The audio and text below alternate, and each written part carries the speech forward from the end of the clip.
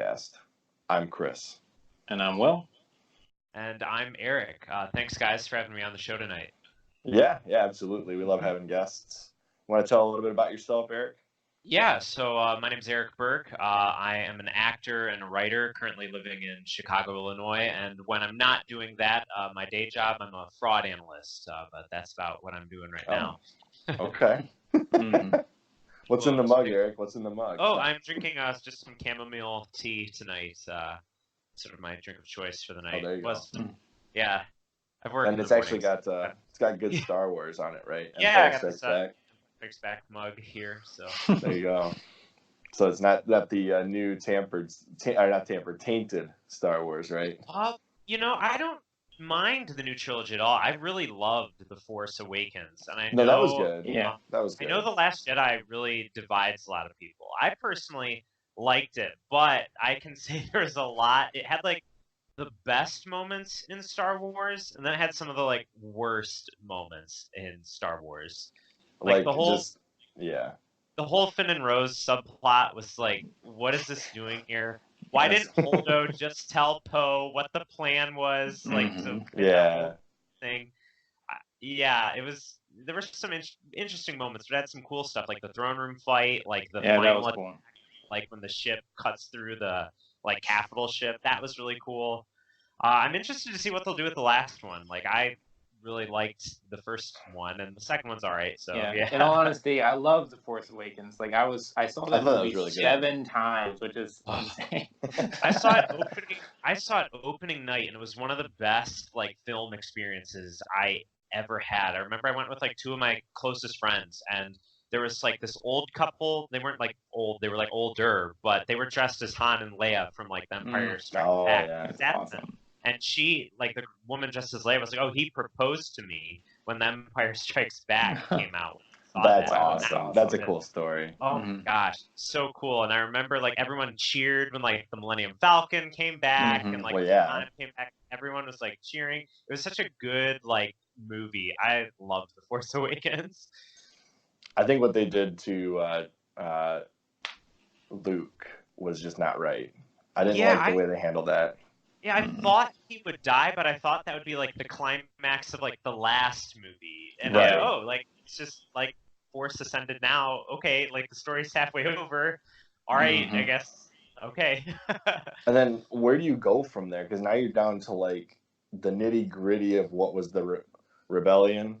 Yeah, I kind of liked that, like how everyone was kind of on the run. Like the rebellion is like one ship, and like even the First Order's kind of decimated. And I don't know what they're gonna do. I mean, they brought Ian McDermott back to play the Emperor again. Yeah.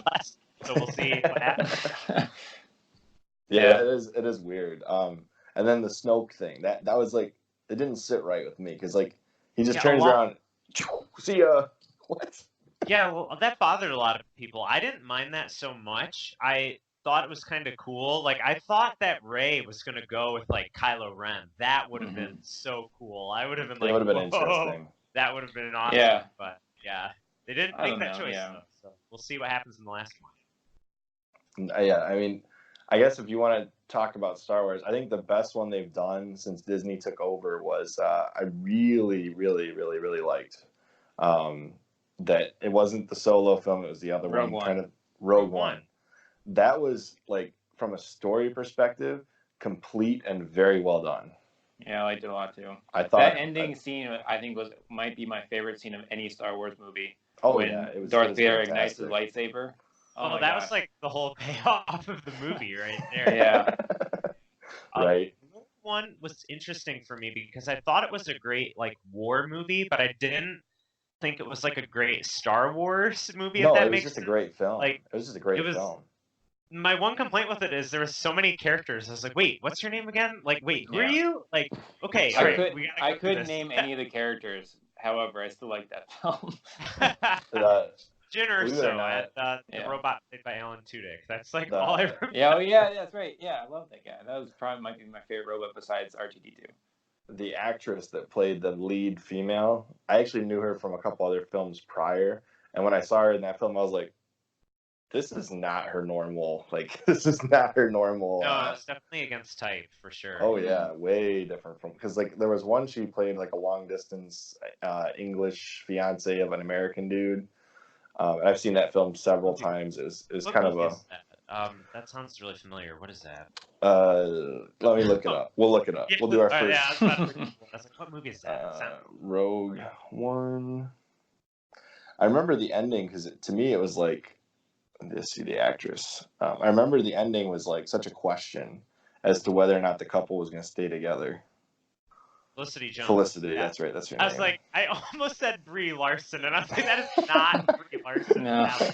That's Felicity Jones. Yeah. I actually really liked her in the movie. Like Crazy, that's what it's called. Okay. Yeah, I don't think I've ever seen that. Yeah, I've never seen like Crazy.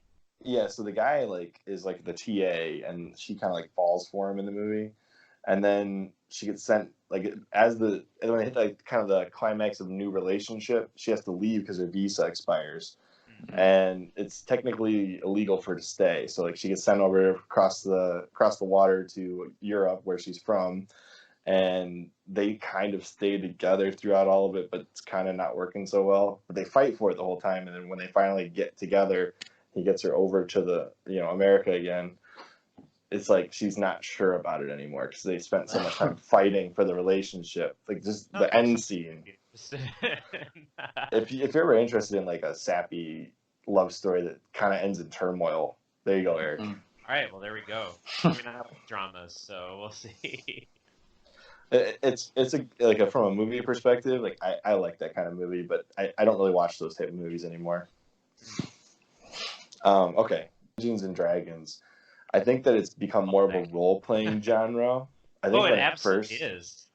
Versus, the perception has changed. It's cool to be a nerd now. So yeah. Well, yeah.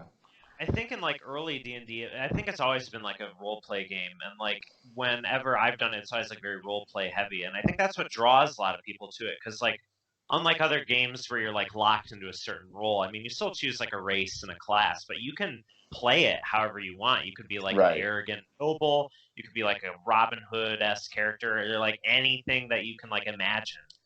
Which if I can't be Trogdor, I don't want to play. You probably can. You can be like a dragonborn barbarian. Like that would be probably Trogdor. Yeah, with a fist coming out of my back. Well, do you know what Trogdor looks like? Mm-mm. Well, first you draw an S. You have to see. Yes. And then you draw another S. And some V's. And then a couple wings and like a big beefy arm. Eric remembers. Yeah, I still have. I used to have the Strong Bad emails on DVD, and I think I still have them somewhere. I almost bought those a couple months ago. Well, they have a couple of the DVDs. Still a thing? Like, is that still exist? Oh, they're still going. Is this from Homestar Runner? Yes. I don't remember this at all, but I definitely remember Homestar Runner. You don't remember Trogdor? That's like such an iconic character. I don't know how I missed this, but like I could probably name like every other character. Here's what you have to do. When you go and get off the podcast tonight, after you tell Claire happy anniversary, you're going to look up Homestar Runner How to Draw a Dragon, and you're going to laugh your butt off. Okay. It's like such old school like internet humor. Like, yeah, they have a YouTube channel now, Eric. Oh, really? I didn't know that. Yeah, I'm subscribed. I remember when you had to go to the website. That's because it was Flash. Yeah, it was all Flash. Go to the website, and that was what was so impressive. It was like two guys, and they animated and like voice acted everything. Yeah. It was they did. Crazy.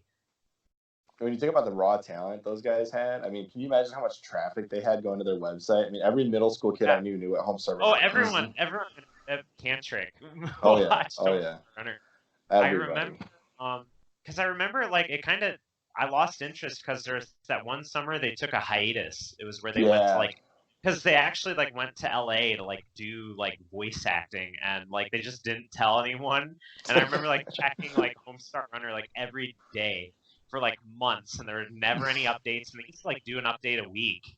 And then like I lost interest, and then like a year later they're like, oh, Homestar Runner is back, and I was like, really? And then I lost interest at that point.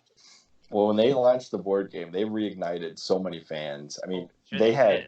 Did you see how many people backed the campaign? It was insane. No, I'm sure, because Homestar Runner was so. It was one of the first, like, I don't even know what it was. Like, one of the first. It was just such a. It's insane. Such a pioneer of like animation and like doing your own sort of work on the internet. How many people? I'm really upset. I didn't know about like that. $1.5 million. Man, that's really good.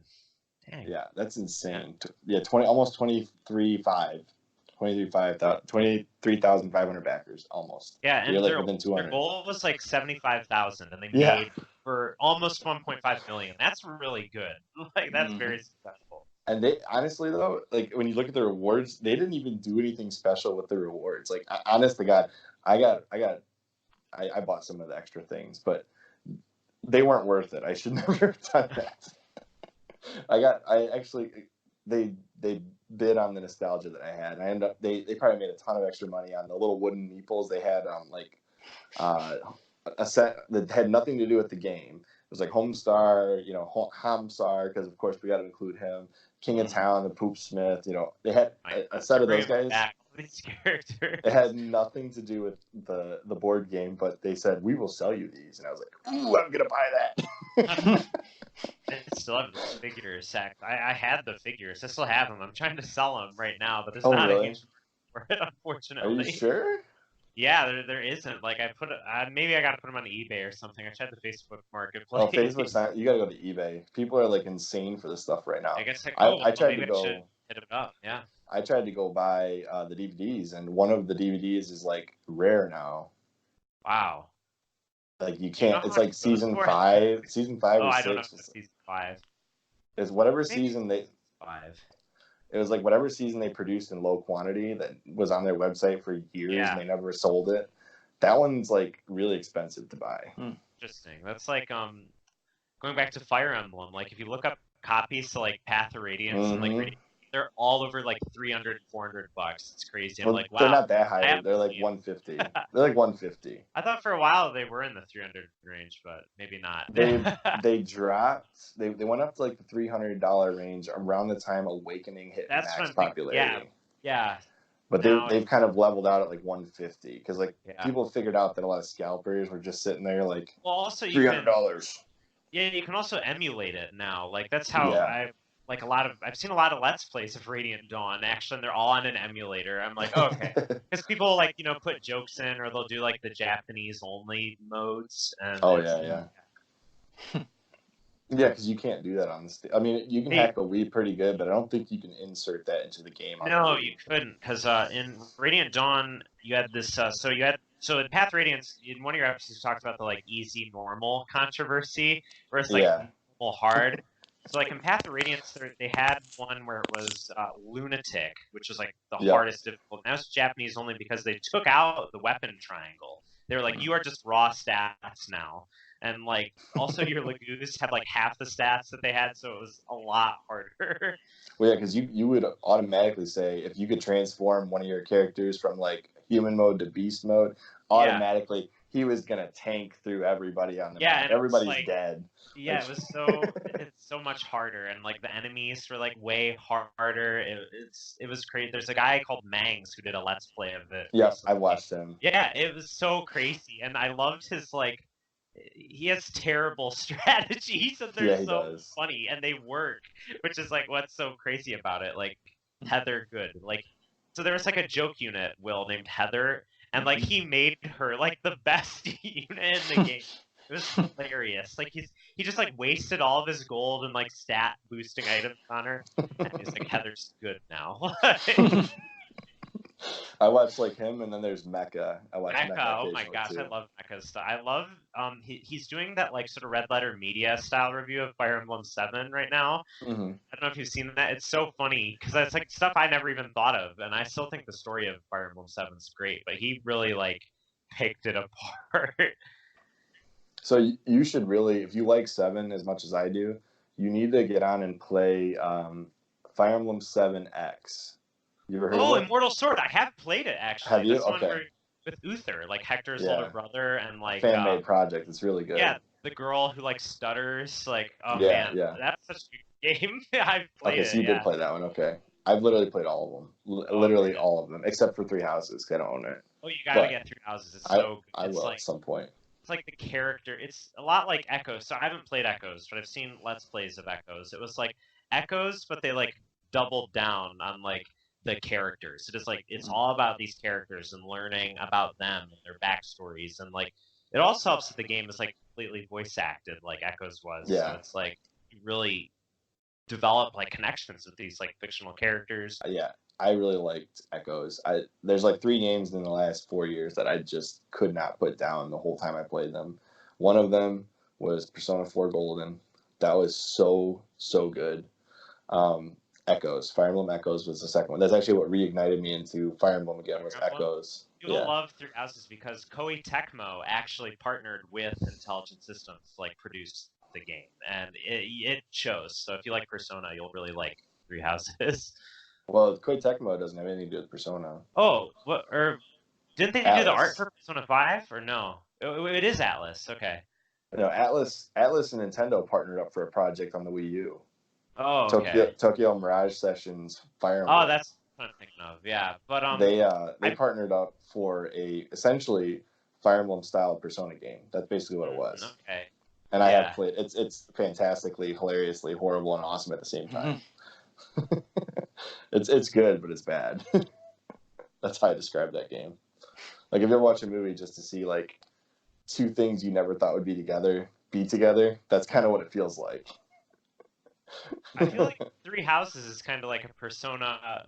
You said like that was like a Fire Emblem styled Persona game. This is like a Persona styled Fire Emblem game because you're running around that might be true. this school. You're like making friends with like all the students and like doing all these like side quests for people, like picking flowers and like fishing for people. Oh yeah, that sounds like it's like a Fire Emblem style or whatever you're saying. Persona whatever you said. For sure, yeah. Is exactly what I meant. But Echoes was kind of like that too, because you run through the dungeon and then you run into an enemy and then you're into a grid style fight. Whereas in Persona, running through the dungeon, now you're in like a Final Fantasy style fight. Yeah. Hey, Will, you touched 15 yet? Nope. Hasn't even gotten the Xbox. Honestly, I haven't played like all week, so. Oh, really? Oh, yeah, you were. I was actually in Chicago at a conference. That's right. No way. You guys could have met up. What conference were you at, or would I know? I don't know. Well, animal behavior. So just the research that I do. I was actually by Obama's house. Yeah, you did walk past it. Yeah. They took a picture outside, but I said you should ding dong ditch him. You can't even get up to the door. There's a bunch of fences that say they can security. Like armed guards. And stuff. Yeah. I've never even been by Obama's house here, and I've lived here for like 5 years. I don't think I've ever been by it. Apparently, it's like one of 3, so he doesn't actually live there. Yeah, but I have seen his. He owns a house in Hawaii, and when I went to Hawaii 2 years ago, I actually was like 50 feet away from his house. Got like a good picture of it. I was like, and I didn't even know it was his house. It's like tucked in this like neighborhood. And my friend who lived there was like, "Oh, don't get too close to that house." I was like, "Why?" And he goes, "That's Obama's house." I was like, "No way, it's Barack Obama's house." Oh, that's funny. Okay. So, where are we at with this podcast here? 3. I think there's one more topic. Yeah, the DRM controversy. Right, but I guess where I'm at, I wanted to finish off. I said 2 of my 3 games, right? The third one was the Zero Escape trilogy. Okay. You ever heard of that one? one? Mentioned that before. You've mentioned it. I've never played it, but I could not put that down. It was so good. It was like basically just puzzle solving and like a JRPG story. It was really fun. That kind of sounds similar to. Have you ever played the Professor Layton games on the 3DS? Like I've heard of them. They were like a puzzle solving RPG where it was like there was a story or like this Sherlock Holmes-esque detective, and it's like the levels are puzzles, and you're basically going around trying to solve this mystery. They're fun games. It kind of sounds like that. Zero Escape is very different from any other game like that I played. Because I even played the old Nancy Drew games back in the day. Yeah, Nancy Drew, I remember those games. In Zero Escape, you die a lot, and it's part of the story. I remember dying in Nancy Drew a lot. You can, but it actually progresses the story when you die. Oh, interesting. It's like alternate timelines heavy. Okay. It's really good. I've tried to get Will to play it for a while, but Eric, you should play it if you have time. It's on Steam. All right. Ooh, I'll have to check it out. I think it's like $40 still though, so just look for a sale. Maybe I'll wait. Yeah, it's okay. Look for a sale. It's Steam. Like Gabe will just give us. He'll just be like randomly, you know what, Eric? Zero Escape. 50% off. Like, I get that all the time with like Crypt of the Necrodancer. I feel like it's always $1. It's like regular price is $10, but every other week it's like, oh, it's $2 now, guys. Like, buy this game. Isn't that what the Cadence of Hyrule is based off? Yeah, Cadence of Hyrule. It's the studio who made Crypt of the Necrodancer is doing that. Yeah, it's the same thing as Rhythm, like dungeon crawl. It's like, I can understand, like you said, Eric, from the perspective of a brand new game, I can understand DRM, but at the same time, basically your disc is just a license at this point. Like having physical media means nothing now. Yeah, it's sad. It's like GameStop's whole business crashes if DRM becomes the norm, because then they just release digital games. There's no trade-ins. There's no pre-owned games. You pretty much got to go back to just retro sales, and that's it. Well, this is what tanked the Xbox One when it was first announced. Yeah, I remember that. It's kind of the same thing. I still buy a lot of DVDs, but movies, TV are kind of the same way. It's like Netflix or Hulu or now like Disney Plus, like HBO Now. It's like people don't like own DVDs anymore. People just stream. But like studios' rights change all the time. Like the second like a rights change or like a contract expires, that show's gone. And it's like, The Office is coming off Netflix. I know. I have it on DVD though, so I'm safe. Yeah. I've had it on DVD for years. That price is doing this on the DVDs. It's doing this right now. Nobody wants to buy NBC's streaming service. No. It'll be Disney. I'm not sure if that will even succeed, because I feel like so many people own Disney movies. Because, Disney files, love Disney. But Disney's coming out with their own streaming service. Yeah, Disney's going to be cheap. They're doing it right. $8 a month or $7 a month. Okay, $7-8 a month. That's reasonable. Yes, that's what I'm saying. And they've got all of Marvel is coming off of Netflix to go to Disney. Yeah, all of Star Wars for them for sure. So I think they've got a good shot. Disney owns everything now, though. So it's like I don't want to support Disney. That's why, I don't support Disney. I go and see movies at the theater, so that I do see Marvel movies, but I haven't seen any of the live action remakes since Beauty and the Beast, I think, was the last one I saw. Yeah. Oh, I saw that one. I saw Jungle Book and I saw Beauty and the Beast. Yeah, I saw Jungle Book and Beauty and the Beast. I didn't think either of them were that good, unfortunately, just because those originals are just so timeless. So it's, and I haven't seen the new Lion King, but I've heard it's just a shot remake of it, and also not as good because it's you're watching an Animal Planet documentary. You're not watching these characters emote and feel. You're just watching a mouth moving. Yeah. Well, what about Seth Rogen being Pumbaa? I mean, that's. I heard that he wasn't that bad. But it's Seth Rogen. Yeah, I'm just mad that Scar isn't Jeremy Irons. Well, yeah. It's who is it? It's Chiwetel Ejiofor who plays Scar now. That's right. If you watch, it's on YouTube. You can watch the comparison of the Mufasa death. From the original animated one and then this new one. And the animated one, it's horrifying. It's traumatic. And then the new one, it's comically bad, or at least I thought it was, because it's just you just see this lion falling like that off of the screen, because it's it's a physically accurate lion. And when Jeremy Irons delivers that line "Long live the king," he really relishes in that evil, and it's ooh. But the new guy does it, he's just kind of "Long live the king," and throws him off, and it's just well, that was anticlimactic. Well, I wonder how they do the Nazi hyenas again. I heard they cut a lot of it. I heard I heard they cut half that song, and I heard they cut most of the songs. And the big thing that I saw a lot of backlash on from my friends who have seen it, who are film people, is Rafiki is almost completely cut from the movie. He's in maybe he's one of the most important parts of the whole movie. Yeah, the scene, one of my favorite scenes in the original is where he hits Simba over the head, and it's that's the past. You move on. That scene's apparently not in this. It's apparently Nala shows up, and she's just oh, Scar is taken over. And Simba's like, okay, I guess I'll go back. I've seen the Lion King on Broadway, and they did a fantastic job bringing it to life. It, but I've heard it's beautiful. It's really good. Actually, yeah. Well, I didn't see it at Broadway. I saw it in Cincinnati. No, sure, the Broadway but no, that's tour. like the same.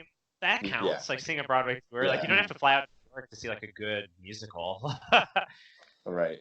But it was really good. I mean, and they even changed a couple things that I thought were quite fine. Like, you know, the part where Zazu goes, "I've got the lovely bunch of coconuts," or whatever it is.